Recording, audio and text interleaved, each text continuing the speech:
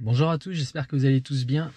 Aujourd'hui on va aborder un point parce que j'avais fait une de mes toutes premières vidéos que j'ai postée ici, enfin que je vais mettre là-haut là, sur les protections que j'avais mises en place dans la voiture. Donc là ça fait 3 mois et demi que j'ai la voiture, pour mémoire, je l'avais acheté donc le 25 septembre, c'est le jour où je l'ai reçu. Et j'ai installé en fait les tapis de sol, le tapis de coffre, protection des seuils de porte, etc. Et donc je l'ai fait dans la foulée, hein, la voiture n'a pas eu le temps de se salir. Et donc là ça fait quasiment, presque 3 mois et demi que je l'ai. Donc la voiture, on va regarder là sur l'odomètre, hein, connaître exactement. Donc vous voyez ici depuis l'usine, j'ai fait 5626 km. Et donc le but c'est simplement de recenser dans un premier temps l'état intérieur-extérieur de la voiture au bout de seulement 3 mois et demi, hein. Et puis après c'est de faire le tour à l'extérieur pour voir s'il y a eu quelques défauts ou pas. Voilà, donc c'est parti pour l'intérieur. À l'intérieur, je veux dire, il n'y a pas beaucoup de surprises, hein. Ça reste une voiture qui est quasi neuve, hein. On n'a pas grand chose à dire au niveau bruit de mobilier, etc.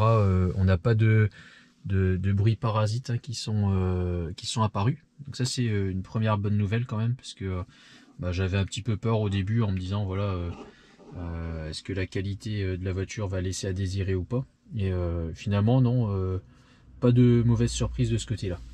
Là concernant donc les tapis de sol, on va regarder indirectement. Moi sur mon poste de conduite, j'ai rien à dire, tout est fonctionnel, aucune mauvaise surprise. Donc ça c'est très bien. Hop, on va descendre de la voiture.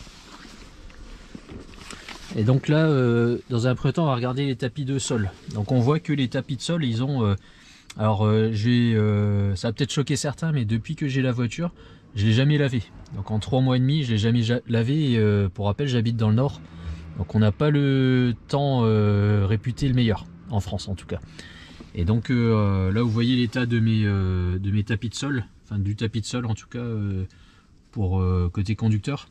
Et bon, il est sale. Il mériterait un bon nettoyage. Mais en bas, il a fait parfaitement son job parce que le tapis est vraiment propre. Donc forcément, à cet endroit là on a un petit peu des choses, donc ça mériterait un petit coup d'aspirateur. Mais globalement, pas de mauvaise surprise de ce côté là. J'ai remarqué ici quelques traces que je sais pas trop expliquer, parce qu'en fait ça ressemble même pas à des traces de doigts ou je sais pas. Donc on a quelques traces là sur le côté, sur le caoutchouc.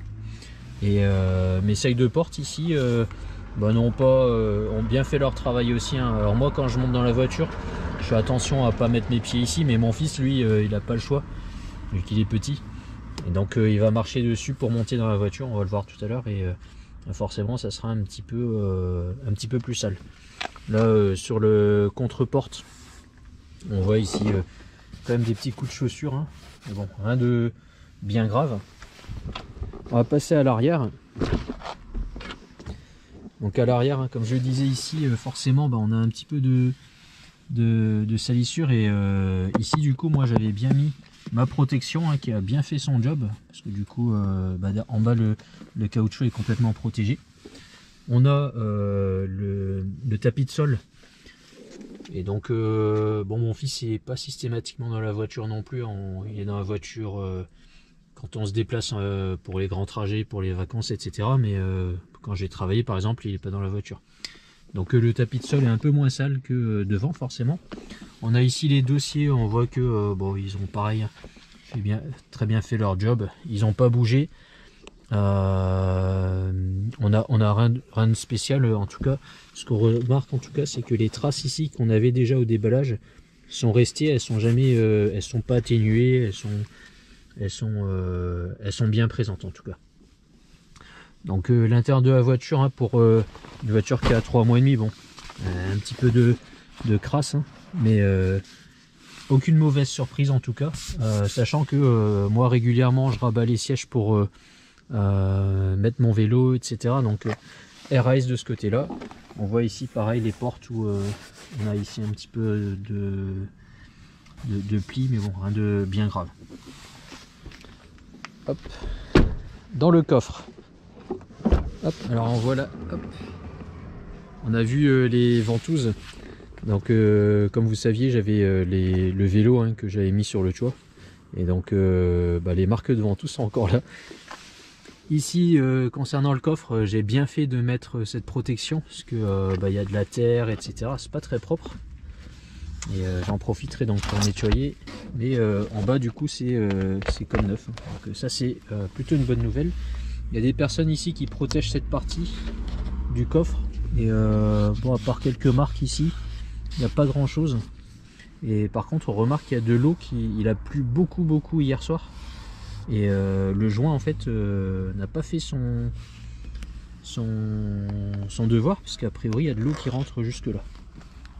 Bon, en tout cas il n'y a pas d'eau qui est rentrée plus loin, mais c'est assez surprenant. On voit ici il y a de l'eau qui s'est un peu infiltrée là au niveau du coffre. Hop. Donc bon, sinon rien à signaler. Au niveau des feux, on voit que un tout petit peu de buée ici, mais bon, moi j'ai pas été les faire remplacer par Tesla. Et bon, remarque ici un petit peu de buée. Ça me gêne pas plus que ça. Pour ceux qui se posaient la question par rapport à mon béquet, donc 3 mois et demi, il est pas tombé, ça c'était le principal. Il tient toujours bien en place et il est toujours aussi bien ajusté. Donc pour 60 €, je pense que c'était un bon investissement. Moi j'ai pas forcément besoin d'un béquet en carbone, il est juste pour faire beau. Donc de ce côté là, on voit que ici il y a beaucoup plus de traces. Mon fils monte par ici. Au niveau des dossiers de siège aussi, donc la protection bien fait son travail.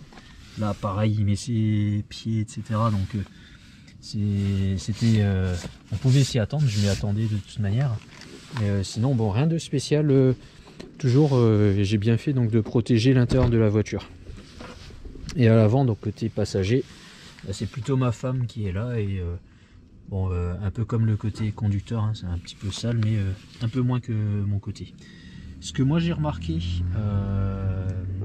sur l'usure des sièges, et là je suis un petit peu déçu, c'est ça. Sur les 3 mois et demi, c'est ça en fait qu'on remarque. C'est la seule chose que j'aurais à reprocher en fait à la voiture. C'est on a des plis en fait. Et pourtant ma femme elle est pas épaisse. Mais quand elle monte et elle sort de la voiture, ça fait des plis. Et elle est pas toujours dans la voiture non plus. Et de mon côté pareil. On voit ici des plis. Et bon, on a fait que 5300 km. Donc qu'est-ce que ça va être quand on aura fait 100 000 km? Est-ce que les sièges vont tenir toujours aussi bien? C'est une question que je me pose. Une autre chose que je voulais vous montrer, parce qu'en fait moi j'avais acheté un kit de joints à poser au niveau des portes pour protéger en fait d'une, c'était à la base pour insonoriser, on disait voilà ça peut-être insonoriser, et puis aussi pour protéger. En fait je pense que ils vont bien servir. Donc juste pour information, la voiture ici elle a bien des joints, mais le kit en fait qu'on pourrait rajouter, il vient à cet endroit là en fait. Et donc ça permet d'avoir cette partie là propre. Et donc là vous voyez qu'en 3 mois et demi, bon ça c'est quand même pas mal sali. Et pareil à l'intérieur des portes, on le voit ici. Toute cette partie là, vous voyez que c'est pas tout propre. Et par contre à partir d'ici où il y a le joint sur la porte, on voit très bien que c'est propre. Donc je pense que ça a au moins le mérite de garder l'intérieur de la voiture, enfin l'intérieur de la portière propre. On le voit ici aussi. Toutes les projections d'eau et malgré tout ici ça reste aussi un tout petit peu sale. Donc je pense que avoir les joints ça peut être intéressant, parce que c'est pas les 30 balles que ça coûte qu'on va se ruiner. Donc là c'est pareil. Donc je pense que ça peut avoir quand même un petit peu d'effet. Au moins quand vous ouvrirez la porte ça sera propre. Voilà, c'est pareil de l'autre côté. Hop. Là on voit bien que c'est sale. Voilà, c'est même pas trop là, je sais pas pourquoi est-ce qu'il y a un peu de terre, mais même à cet endroit là du coup ça rentre. Et là c'est pareil. Donc moi je pense que ça vaut le coup. J'avais vu que c'était en rupture chez Amazon. Je sais pas si c'est revenu à nouveau. Moi j'ai pu les me poser maintenant parce que comme je vous ai expliqué, j'ai commandé la nouvelle, donc j'ai pu les mettre. Donc voilà. Concernant l'extérieur de la voiture, qu'est-ce que j'aurais à dire? Alors c'est bon, elle est blanche comme vous savez, donc ça je vous apprends rien. Et bah, je trouve qu'elle est pas si sale que ça. Enfin, si on se penche pas trop, on fait pas trop gaffe, bah, elle reste blanche, elle est pas une couleur trop sale, et pourtant elle est vraiment sale. On voit ici, c'est vraiment pas top. En tout cas, moi j'ai pas d'impact. J'ai pas eu d'impact de cailloux et de peinture qui se détachent, etc. J'ai fait le tour tout à l'heure et j'ai pas d'impact. Ça c'est pas un impact, vous voyez, hop, ça part. Donc la face avant, faut savoir donc que c'est la peinture blanche multicouche et que la voiture en fait c'est la peinture la plus costaud, on va dire. Donc je pense que j'ai bien fait le choix d'être resté en blanc. Aussi bien bah, parce que moi j'aime bien cette couleur là. J'avais une voiture rouge avant et la voiture rouge me plaisait beaucoup. Mais le rouge Tesla est limite Bordeaux en fait. C'est pas vraiment un rouge Ferrari. Et moi je voulais, enfin si elle était rouge Ferrari je l'aurais prise. Mais là du coup c'est pas le cas. Et là vous voyez en fait c'est très sale.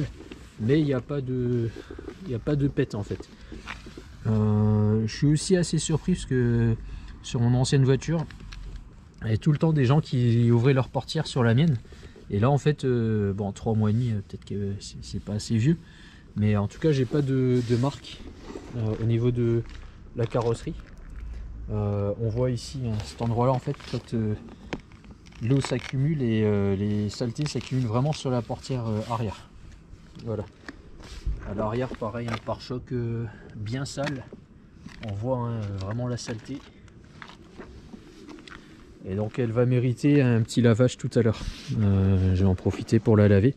Une autre chose que je voulais vous montrer en fait, et j'étais assez surpris, c'est un truc que je surveille régulièrement, c'est l'usure des disques de frein.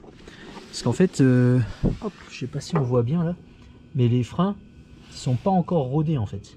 Il y a encore une fine couche.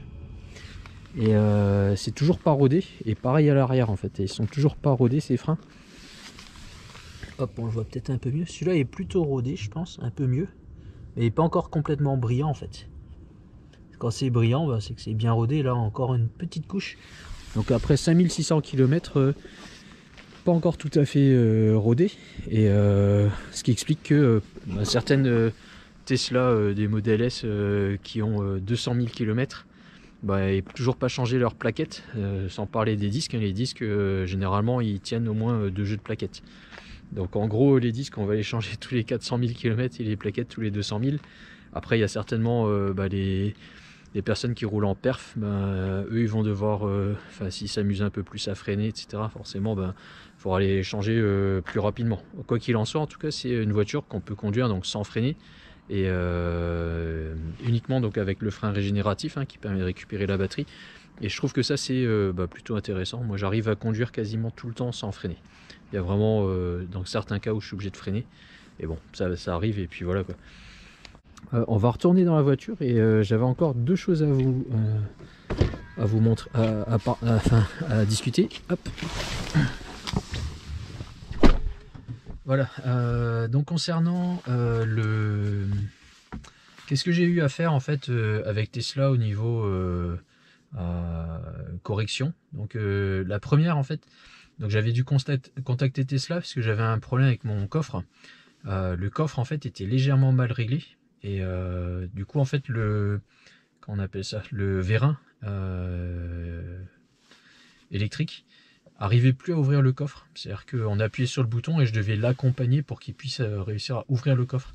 Il manquait un peu de force, donc moi je pensais au début que c'était le vérin qui était pas assez costaud, HS au bout de quelques mois, au bout de 2 mois je crois. Et en fait Rien de ça, c'était simplement qu'il était un peu mal réglé.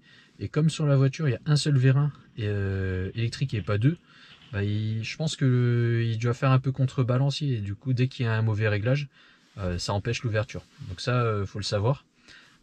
Mais ça a été résolu par le ranger, donc il est venu à mon travail.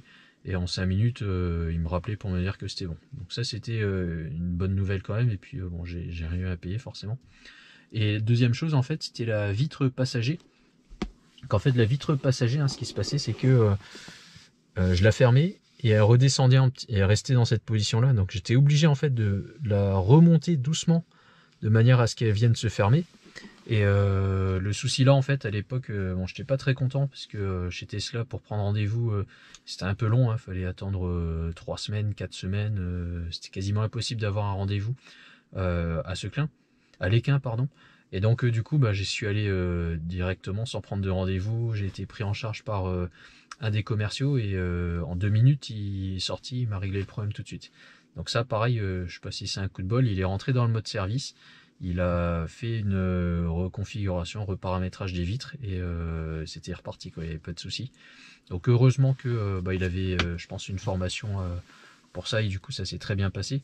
Et voilà, c'est tout ce que j'ai eu à dire par rapport au Tesla Center, aux interventions qu'ils ont eu là sur les 3 mois et demi que j'ai la voiture. Sinon, pour tout le reste, pas vraiment de mauvaise surprise. Vous connaissez mon point de vue là sur la dernière mise à jour, la V11. Et donc tous les changements qu'il y a eu, etc. On a eu, Elon Musk a tweeté en disant ils sont en train de travailler hein, pour retravailler tout ça, pour remettre des boutons en accès direct. Et moi j'en étais quasiment sûr qu'ils allaient faire quelque chose, c'était pas possible qu'ils restent comme ça. Par contre, ce qui était sûr, c'est que fallait sortir absolument la V11 avant Noël. Donc ils l'ont sorti le 24 décembre. Et forcément, il y avait des choses qu'il fallait corriger. Donc ils le corrigent seulement maintenant. Et j'espère donc qu'on aura une mise à jour rapidement, probablement dans le mois qui vient. Là, je pense qu'on aura une bonne surprise. Donc pour répondre à la question du titre, est-ce que les protections que j'ai achetées pour la voiture m'ont servi? C'est un grand oui. Pour le peu d'investissement, hein, les tapis de sol, je pense que j'en ai pour 60 €. Le tapis de coffre, je crois que c'est une trentaine d'euros. Les seuils de porte, je crois que c'est une dizaine d'euros. Donc pour avec quoi, une centaine d'euros, on va dire. J'ai pu protéger correctement ma voiture. On avait, j'en ai pas parlé, mais la protection d'écran là. Là, bon, aucun souci, hein, elle n'est pas censé prendre de coups. Et surtout, en fait, elle est mate, donc ça évite d'avoir les reflets. Donc ça, c'est top. Donc moi, franchement, rien à dire par rapport à mes accessoires. Je pense que c'est un très très bon investissement. Donc voilà, j'ai rien d'autre à rajouter par rapport à cette voiture. Tout fonctionne parfaitement, j'ai pas de mauvaises surprises. Donc malheureusement, hein, pour ceux qui pensaient qu'il allait y avoir des soucis, j'en ai pas plus que ça. On entend beaucoup sur les forums et sur les groupes Facebook des gens qui se plaignent sur pas mal de choses. Je vais pas dire que c'est des cas isolés, ça arrive, ça reste une voiture en fait hautement technologique et des bugs, ça arrive aussi bien chez Tesla qu'ailleurs. Et donc il y a forcément des gens qui ont des mauvaises surprises. Hein. Je pense à des abonnés qui m'ont déjà fait des remontées, etc. Donc ça arrive, hein, notamment sur la reconnaissance vocale. Apparemment, c'est pas top pour tout le monde depuis la V11.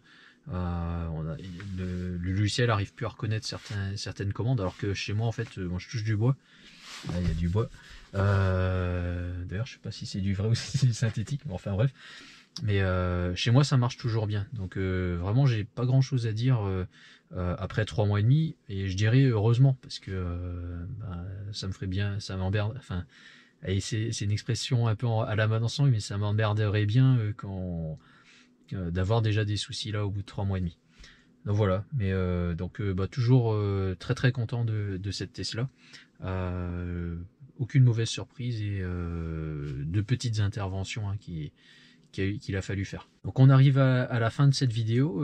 N'hésitez pas à intervenir hein, dans vos commentaires hein, si vous avez eu vous des mauvaises surprises, des choses à dire par rapport à des choses que vous avez pu observer sur votre voiture. Et puis n'hésitez pas à vous abonner également. Moi je vois là on a dépassé les 1700 abonnés et on va bientôt arriver aux 2000 abonnés. C'est largement au-dessus de mes espérances et puis j'espère qu'on va continuer à pouvoir augmenter ce nombre d'abonnés parce que pour moi du coup ça veut dire que je gagne plus de visibilité et puis c'est plus de vidéos forcément à venir. Voilà, merci beaucoup, à bientôt, au revoir.